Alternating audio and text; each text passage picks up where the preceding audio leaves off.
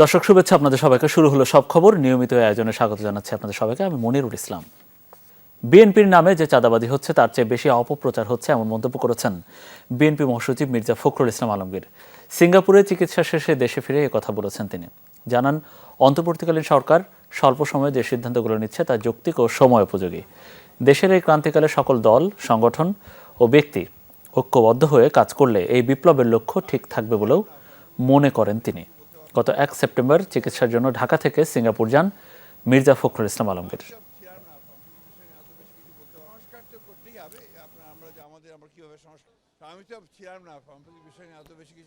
যতটা না কথা হচ্ছে যে প্রচার অপপ্রচার হচ্ছে বেশি। দুর্ভাগ্যজনকভাবে এই দেশে আপনার মিডিয়া খুব ভালো রোল প্লে করে, কিন্তু মাঝে মাঝে আপনার সোশ্যাল মিডিয়া এবং অন্যান্য মিডিয়াতে কতগুলো অপপ্রচার চালানো হয় একটা উদ্দেশ্যমূলকভাবে। আমি মনে করি এটা আপনার কেটে উঠবে। এই সময়টা সবসময়ই বিপ্লবের পরে একটা সমস্যা থাকে, সেটা কাটিয়ে উঠতে সক্ষম হবে। সংযুক্ত আরব আমিরাতে বিশেষ ক্ষমায় মুক্তি পাওয়া কারাবন্দী 57 বাংলাদেশের মধ্যে 14 জন দেশে ফিরেছেন, যাদের 2 জন ঢাকায় শাহজালাল এবং 12 জন চট্টগ্রাম শাহ আমানত বিমানবন্দরে পৌঁছেছেন। রাতে তাদের বিমানবন্দরে স্বাগত জানান স্বজনরা, পাশাপাশি তাদের অভ্যর্থনা জানাতে যান বৈষম্য বিরোধী ছাত্র আন্দোলনের সমন্বয়করা। এ সময় আবেগ আপ্লুত হয়ে পড়েন দেশে ফেরা প্রবাসীরা। তারা বিদেশে কারাবন্দী থাকার অভিজ্ঞতার কথা বর্ণনা করেন। এর আগে বিকেলে প্রধান উপদেষ্টার প্রেস উইং থেকে পাঠানো এক বার্তায় তাদের দেশে ফেরার তথ্য জানানো হয়। বাংলাদেশে ছাত্র জনতার আন্দোলনের প্রথম এর প্রতি সমর্থন জানিয়ে দুবাইয়ে বিক্ষোভ করলে যাবজ্জীবন সহ বিভিন্ন সাজায় দণ্ডিত হন 57 বাংলাদেশি। পরে অন্তর্বর্তী সরকারের প্রধান উপদেষ্টা ডক্টর মোহাম্মদ ইউনূসের অনুরোধে তাদের ক্ষমা করেন সংযুক্ত আরব আমিরাতের প্রেসিডেন্ট শেখ মোহাম্মদ বিন জায়েদ আল নাহিয়ান। আলহামদুলিল্লাহ, এখন ভালো লাগতেছে। আমরা 50 দিনের মধ্যে চলে আসতে পারছি দেশে। দেশদ্রোহী মামলা, দেশে 10 বছর মানে 10 বছর। ওইখানে বছরে 3টা আফু বলতে আপনার লটারি সিস্টেম হয়, বছরে 3টা। ওইখানেও লটারির মধ্যে আমাদের নাম থাকবে না। 45 দিন পরে বলতেছে তোমাদেরকে সারা হবে, তাও তারা বলে নেই, বাইরে থেকে শুনতেছি আমরা অনেক কষ্টের মধ্যে ছিলাম। আমরা বাংলাদেশ সরকারকে অনেক অনেক অনেক ধন্যবাদ যে আমাদেরকে বন্দিদশা থেকে মুক্ত করে আনছে। ফেলানির মতো হত্যাকাণ্ড আর দেখতে চায় না এই সরকার। সকালে রাজধানীর পিলখানায় বিজিবি সদর দপ্তরের সীমান্ত সম্মেলন কেন্দ্রে একথা বলেন স্বরাষ্ট্র উপদেষ্টা অবসরপ্রাপ্ত লেফটেন্যান্ট জেনারেল জাহাঙ্গীর আলম চৌধুরী। এ সময় স্বরাষ্ট্র উপদেষ্টা বিজিবির ঊর্ধ্বতন কর্মকর্তাদের উদ্দেশ্যে বলেন, সীমান্ত সুরক্ষা ও চোরাচালান প্রতিরোধ বিজিবির মূল দায়িত্ব।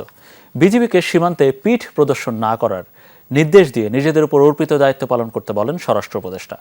এ সময় তিনি আরও বলেন, দুর্নীতিকে কোনো অবস্থাতেই সহ্য করা হবে না। যারা ঘুষ ও দুর্নীতির সঙ্গে জড়িত তাদের বিরুদ্ধে কঠোর শাস্তিমূলক ব্যবস্থা গ্রহণ করা হবে। প্রয়োজনে তাদের চাকরিচ্যুত করা হবে বলে হুঁশিয়ারি করেন স্বরাষ্ট্র উপদেষ্টা।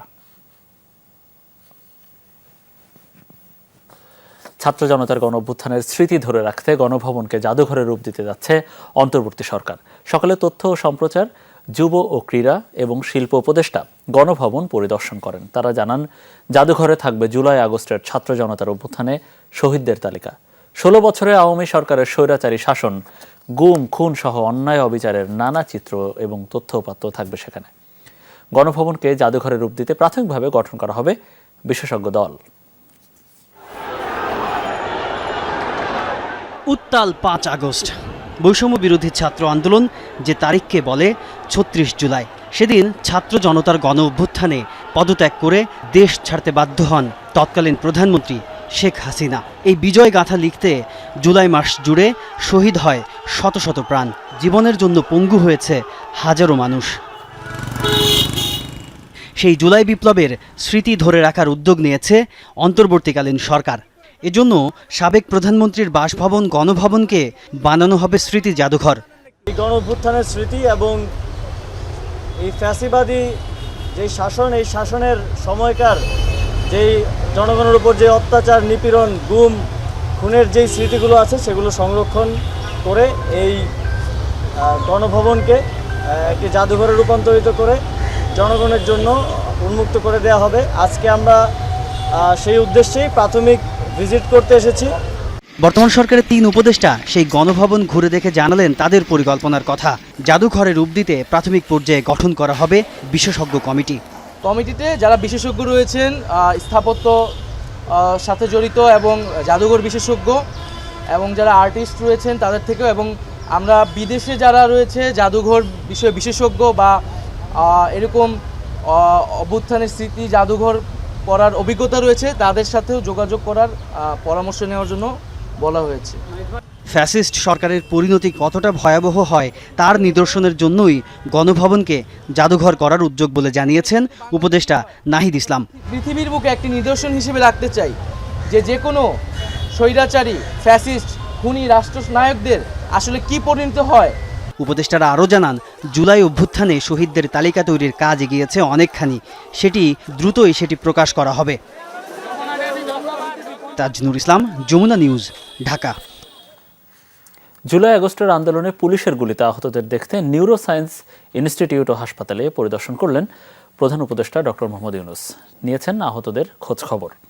আন্দোলনে গুলিবিদ্ধ 11 জন বর্তমানে এই হাসপাতালে চিকিৎসাধীন, যাদের মধ্যে 8 জনই বিভিন্ন কলেজ ও বিশ্ববিদ্যালয়ের শিক্ষার্থী। হাসপাতাল পরিচালক জানান, আইসিইউতে চিকিৎসাধীন শিক্ষার্থীদের বিষয়ে খোঁজ খবর নেন প্রধান উপদেষ্টা।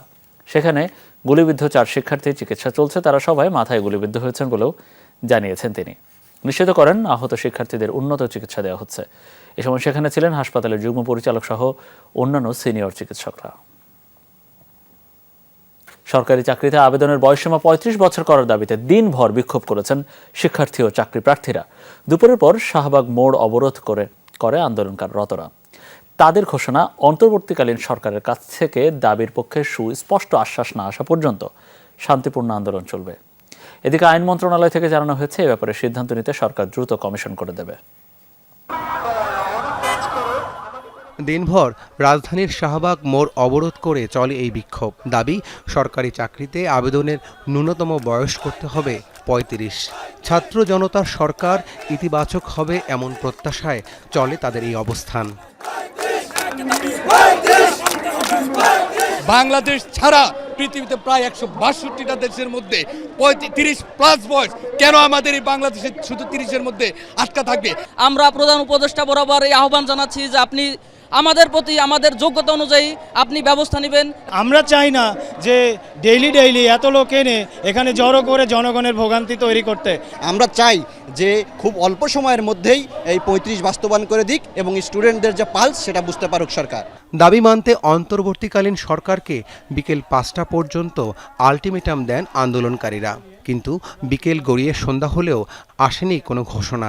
যতক্ষণ পর্যন্ত টিম না আসবে ততক্ষণ পর্যন্ত আমরা এখানে শান্তিপূর্ণভাবে অবস্থান করব। আমরা যতগুলো সিদ্ধান্ত নিব, আমাদের একটা সমন্বয় টিম আছে, আমরা সমন্বয় টিম থেকে আমরা এখানে আমাদের সিদ্ধান্তগুলো আপনাদের মাঝে জানিয়ে দেব। তাই রাতে আইন উপদেষ্টার সাথে দেখা করতে ইস্কাটনের প্রবাসী কল্যাণ ভবনের সামনে আসেন আন্দোলনকারীদের প্রতিনিধি দল, তবে সুযোগ হয়নি সাক্ষাতের। যে চাকরির বয়স সীমা 35 করা, কথা বলবো না, আমার মন্ত্রণালয়ের কাজ নিয়ে কথা বললে ওটা কথা বলবো। পরে আন্দোলনকারীরা জানান, ডক্টর আসিফ নজরুলের পিএস জানিয়েছেন বৈষম্য বিরোধী কমিশন করে দেবেন উপদেষ্টা। চাকরির বয়সসীমা নিয়ে সিদ্ধান্ত জানাবে ওই কমিশন। স্যার রাষ্ট্রীয় কাজে জরুরিভাবে আপনারা দেখতে পেয়েছেন যে চলে গেছেন, তো উনি জানিয়ে গেছেন যে ব্যাপারটা যে আগামী 7 থেকে 10 দিনের মধ্যে একটি কমিশন গঠন করা হবে এবং ওই কমিশনে আমাদের যে দাবিটি যৌক্তিক যে দাবি, আপনারা অবশ্যই অবগত আছেন, দাবিটির প্রথম যে কাজটা থাকবে সেটা আমাদের দাবিটি বাস্তবায়নের জন্য তারা একটা সঠিক একটা সিদ্ধান্ত নেবেন। তবে সরকারের পক্ষ থেকে সুস্পষ্ট ঘোষণা না আসা পর্যন্ত আন্দোলন চলবে বলে জানালেন আন্দোলনকারীরা। রাবি সিদ্দিকী, যমুনা নিউজ, ঢাকা। সুপ্রিম কোর্টের আইনজীবী তাজুল ইসলামকে চিফ প্রসিকিউটর হিসেবে নিয়োগ দিয়ে আন্তর্জাতিক অপরাধ ট্রাইব্যুনাল পুনর্গঠন করা হয়েছে। আইন মন্ত্রণালয়ের পক্ষ থেকে এক প্রজ্ঞাপনে এই তথ্য জানানো হয়। তাজুল ইসলাম ছাড়াও ট্রাইব্যুনালে আরও 4 আইনজীবীকে প্রসিকিউটর হিসেবে নিয়োগ দেওয়া হয়েছে। তারা হলেন মিজানুর ইসলাম, গাজী মনোয়ার হোসেন তামিম, BM সুলতান মাহমুদ ও আবদুল্লাহ নোমান। আইন ও বিচার বিভাগের সলিসিটর রুনা নাহিদ আক্তারের স্বাক্ষরিত প্রজ্ঞাপনে বলা হয়, অ্যাডভোকেট তাজুল ইসলাম অ্যাটর্নি জেনারেলের সমমর্যাদা ভোগ করবেন। এর আগে এবি পার্টি থেকে পদত্যাগ করেন তাজুল ইসলাম।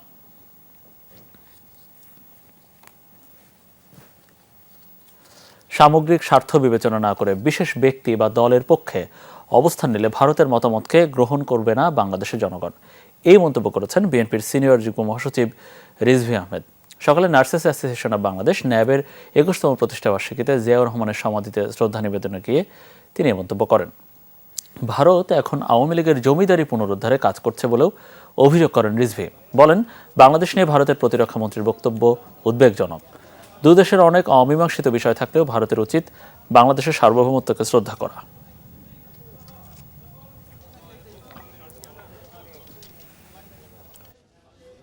আপনারা যদি ওয়ান ওয়ে ট্রাফিক হয়ে কোনো একটি বিশেষ ব্যক্তি এবং দলের প্রতি আপনাদের যদি যোগাযোগ থাকে বা যোগাযোগ রক্ষা করেন, তাহলে বাংলাদেশের মানুষ সেটিকে ভালোভাবে মেনে নেবে না। বাংলাদেশের জনগণ, বাংলাদেশের স্বাধীনতা, বাংলাদেশের সার্বভৌমত্ব আপনাদের কাছে তো মোটেই নিরাপদ নয়। আপনাদের কাছে শুধু একজন মাত্র ব্যক্তি নিরাপদ, তিনি শেখ হাসিনা। 4 বছর পর কারামুক্ত হয়ে জনসম্মুখে এলেন বিএনপির প্রচার ও প্রকাশনা সম্পাদক সাবেক এমপি হাবিবুল ইসলাম হাবিব। বিকেলে সাতক্ষীরার পাটকেলঘাটা কুমিরা হাই স্কুল মাঠে তাকে গণসংবর্ধনা দেওয়া হয়। প্রিয় নেতার আগমনের খবরে চুকনগর থেকে কুমিরা পর্যন্ত সড়কের দুই ধারে অবস্থান নেয় হাজারো মানুষ। গেল 3 সেপ্টেম্বর ঢাকার কেন্দ্রীয় কারাগার থেকে জামিনে মুক্তি পান 70 বছরের দণ্ডপ্রাপ্ত এই বিএনপি নেতা। নেতাকর্মীদের দাবি, মিথ্যা মামলায় ফাঁসানো হয়েছিল তাকে। সংবর্ধনা মঞ্চে বক্তব্য রাখেন বিএনপির বিভিন্ন পর্যায়ের নেতারা।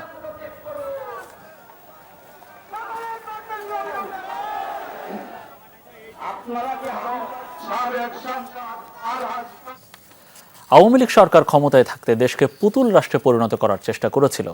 পিলখানায় কথিত বিডিআর বিদ্রোহের নামে মেধাবী সামরিক অফিসারদের হত্যা করেছে তারা, এমন অভিযোগ করেছেন গণ অধিকার পরিষদের সভাপতি নুরুল হক নূর। শনিবার সন্ধ্যায় মাদারীপুরের শিবচরে জেলা কমিটি আয়োজিত এক পথসভায় এই অভিযোগ করেন তিনি। নুরুল হক বলেন, শাপলা চত্বরে হেফাজত ইসলামের সভায় গণহত্যা চালিয়েছিল আওয়ামী সরকার। পরবর্তীতে প্রতিটি গণতান্ত্রিক আন্দোলন সংগ্রামে বিরোধী দলের নেতাকর্মীদের উপর হামলা, মামলা, গুম, খুন করে এক দলীয় শাসন ব্যবস্থা কায়েম করেছিল তারা।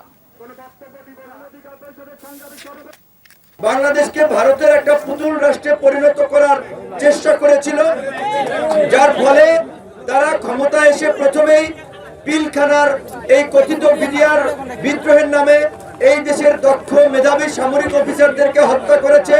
আমরা চাই এই ফ্যাসিবাদের পতন পরবর্তীতে আগামীতে নতুন বাংলাদেশ রচিত হবে নতুন নেতৃত্বের মাধ্যমে। চলমান অস্ত্র উদ্ধার অভিযানে গত 3 দিনে ঢাকা সহ সারা দেশে 53টি অস্ত্র উদ্ধার করা হয়েছে। অবৈধ অস্ত্র হেফাজতে রাখার অভিযোগে এই সময়ের মধ্যে 25 জনকে গ্রেফতার করেছে আইন শৃঙ্খলা রক্ষাকারী বাহিনী। সন্ধ্যায় পুলিশ সদর দপ্তর থেকে পাঠানো এক বিজ্ঞপ্তিতে এসব তথ্য জানানো হয়। এতে বলা হয়েছে, 4 সেপ্টেম্বর থেকে শুরু হওয়া যৌথ বাহিনীর অভিযানে আজ পর্যন্ত মোট 53টি অস্ত্র উদ্ধার করা হয়েছে। এর মধ্যে রিভলভার 2টি, পিস্তল 18টি, রাইফেল 2টি, শটগান 11টি, পাইপগান 1টি, শুটার গান 6টি, এলজি 3টি, বন্দুক 3টি, AK-47 1টি, গ্যাস গান 1টি, চাইনিজ রাইফেল 1টি, এয়ারগান 1টি। এই অভিযান চলমান থাকবে বলেও জানিয়েছে পুলিশ সদর দপ্তর। ছাত্র জনতার গণ অভ্যুত্থানে গত 5 আগস্ট আওয়ামী লীগ সরকার পতনের পর থেকে সারা দেশে প্রায় 4 শতাধিক থানায় হামলা ও অস্ত্র লুটের ঘটনা ঘটে। বিগত সরকারের আমলে যেসব অস্ত্রের লাইসেন্স দেওয়া হয়েছিল সেসব অস্ত্রের লাইসেন্স বাতিল এবং লুট হওয়া অস্ত্র 3 সেপ্টেম্বরের মধ্যে জমা দেওয়ার নির্দেশ দেয় সরকার। সুনামগঞ্জের দিরায়ে মাদ্রাসা ফান্ডের টাকা নিয়ে সাবেক সভাপতির লোকজনের সাথে গ্রামবাসী সংঘর্ষ হয়েছে। এ ঘটনায় 10 জন গুলিবিদ্ধ সহ আহত হয়েছেন অর্ধশতাধিক মানুষ। শনিবার দুপুরে উপজেলার রায়বাঙালি গ্রামে ঘটনা ঘটে। গুরুতর আহত 12 জনকে সিলেট ওসমানী মেডিকেল কলেজ হাসপাতালে পাঠানো হয়েছে। পুলিশ জানায়, মাদ্রাসার সদ্য সাবেক সভাপতি আব্দুল মালিকের সাথে সাবেক ইউপি সদস্য মনু মিয়ার লোকজনের বিরোধ দেখা দেয়। এ নিয়ে বৈঠকে বসলে হয় কথা কাটাকাটি, পরে দেশীয় অস্ত্র নিয়ে সংঘর্ষে জড়ায় উভয় পক্ষ। এক পর্যায়ে শুরু হয় গোলাগুলি। খবর পেয়ে ঘটনাস্থলে পৌঁছে পরিস্থিতি নিয়ন্ত্রণে আনে সেনাবাহিনী ও পুলিশ। দেশের ক্রান্তিকালে যাদের নিজেদের সর্বস্ব দিয়ে পাশে ছিলেন এমনটি 14টি জনসেবামূলক প্রতিষ্ঠান এবং 54 জন শিক্ষার্থীকে দেওয়া হলো দেশ সেবা লিডারশিপ অ্যাওয়ার্ড। দুপুরে প্রেস ক্লাবে H&H ফাউন্ডেশন এবং পাবলিক স্পিকিং অফিসিয়ালের যৌথ উদ্যোগে এই সম্মাননা দেওয়া হয়। ট্রাফিক ম্যানেজমেন্ট ও বন্যা দুর্গত এলাকায় ত্রাণ, শিশু খাদ্য ও মেডিকেল সামগ্রী প্রদান কার্যক্রমের সাথে যারা নিরলসভাবে কাজ করেছেন তাদের দেয়া হয় এই সম্মাননা। অনুষ্ঠানে উপস্থিত ছিলেন ডক্টর জামিল আহমেদ, মিজান রহমান। এছাড়া দেশ সেবা ও সমাজ কল্যাণের সাথে জড়িত বিশিষ্টজনরাও যোগ দেন এই আয়োজনে। অনুষ্ঠানে টিআইবির নির্বাহী পরিচালক ডক্টর ইফতেখারুজ্জামান বলেছেন, তরুণ প্রজন্মের মাধ্যমে আগামীতে দেশ হবে বৈষম্যহীন, যেখানে সবার সমান অধিকার নিশ্চিত করতে হবে। আর এই স্বাধীনতা রক্ষায় সকলকে ঐক্যবদ্ধ হয়ে কাজ করার পরামর্শ দেন তিনি। দ্বিতীয় স্বাধীনতার যে স্বপ্ন, সেই স্বপ্ন যেন আমাদের বিফলে না যায়, সেটার জন্য সকলকেই সচেতন থাকতে হবে। বিশেষ করে আমাদেরকে সচেতন থাকতে হবে যে বৈষম্য বিরোধী আন্দোলনের মূল চেতনার সাথে সাংঘর্ষিক যে শক্তি মাথাচাড়া দেওয়ার চেষ্টা করছে, তাদেরকে প্রতিহত আমাদেরকে করতেই হবে। সেটা না হলে আমরা হয়তো আমার বলতে কষ্ট হচ্ছে, আমরা খুব অল্প সময়ের মধ্যে আমরা দেখতে পাবো আমাদের স্বপ্ন ধূলিসাৎ হতে পারে। জাতীয় নির্বাচনে প্রায় 1.5 কোটি প্রবাসী ভোটাধিকার নিশ্চিত করতে অন্তর্বর্তী সরকারের প্রতি আহ্বান জানিয়েছে প্রবাসী অধিকার আন্দোলন নামের একটি সংগঠন। বিকেলে ঢাকা রিপোর্টার্স ইউনিটিতে আয়োজিত সংবাদ সম্মেলনে এই দাবি জানান সংগঠনটির আহ্বায়ক নুরুল মুস্তফা খোকন। সংবাদ সম্মেলনে নির্বাচন বিশেষজ্ঞ দাবি করা ডক্টর মোহাম্মদ আলিম বলেছেন, অর্থনীতিতে প্রবাসীদের ব্যাপক ভূমিকায় থাকা নির্বাচন ব্যবস্থার মাধ্যমে জনপ্রতিনিধি নির্বাচনেও তাদের মতামত দিতে হবে। প্রবাসে মারা যাওয়া সব বাংলাদেশি নাগরিকদের মরদেহ রাষ্ট্রীয় খরচে দেশে ফিরিয়ে আনারও দাবি জানানো হয়। তাছাড়া প্রবাসীদের জাতীয় পরিচয়পত্র প্রদান ও বিমানবন্দরে হয়রানি বন্ধ সহ বেশ কয়েকটি দাবি জানান বক্তারা।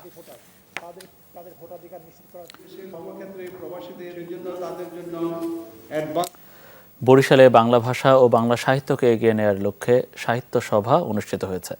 বিকেলে ভাষা ও বাঙালি সংস্কৃতি সমাজের উদ্যোগে গৌরনদী উপজেলা সাংবাদিক ফোরামের কার্যালয়ে এই সভার আয়োজন করা হয়।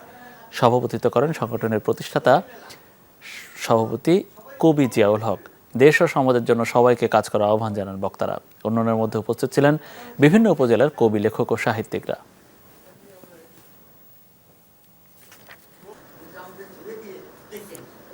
বগুড়ায় পুনরো ইউনিভার্সিটি অফ সায়েন্স অ্যান্ড টেকনোলজিতে সামার 2024 সেমিস্টারের নবীন শিক্ষার্থীদের ওরিয়েন্টেশন প্রোগ্রাম অনুষ্ঠিত হয়েছে। শনিবার বিশ্ববিদ্যালয় অডিটোরিয়ামে এই আয়োজন করা হয়। প্রধান অতিথি ছিলেন বিশ্ববিদ্যালয়ের উপাচার্য প্রফেসর ডক্টর চিত্তরঞ্জন মিশ্র। বক্তারা বলেন, শিক্ষার্থীদের মানবতাবাদী, বিজ্ঞান মনস্ক, পরিপূর্ণ মানুষ হিসেবে গড়ে তুলতে কাজ করছে কর্তৃপক্ষ। সবাইকে মানবিক গুণের অধিকারী হবার আহ্বান জানান বক্তারা।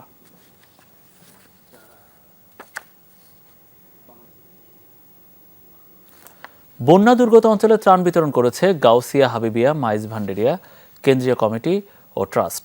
সম্প্রতি দেশের পূর্বাঞ্চলে ভয়াবহ বন্যা শুরুর পর থেকে বিভিন্ন এলাকায় এই ত্রাণ কার্যক্রম অব্যাহত রেখেছে তারা।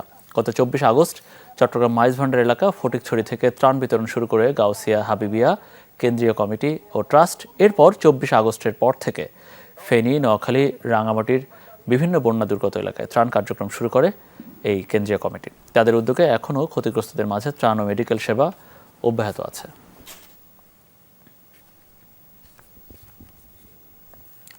দর্শকের এই ছিল আমাদের এখনকার সব খবরের আয়োজন। এতক্ষণ আমাদের সাথে থাকার জন্য আপনাদের সবাইকে অনেক অনেক ধন্যবাদ।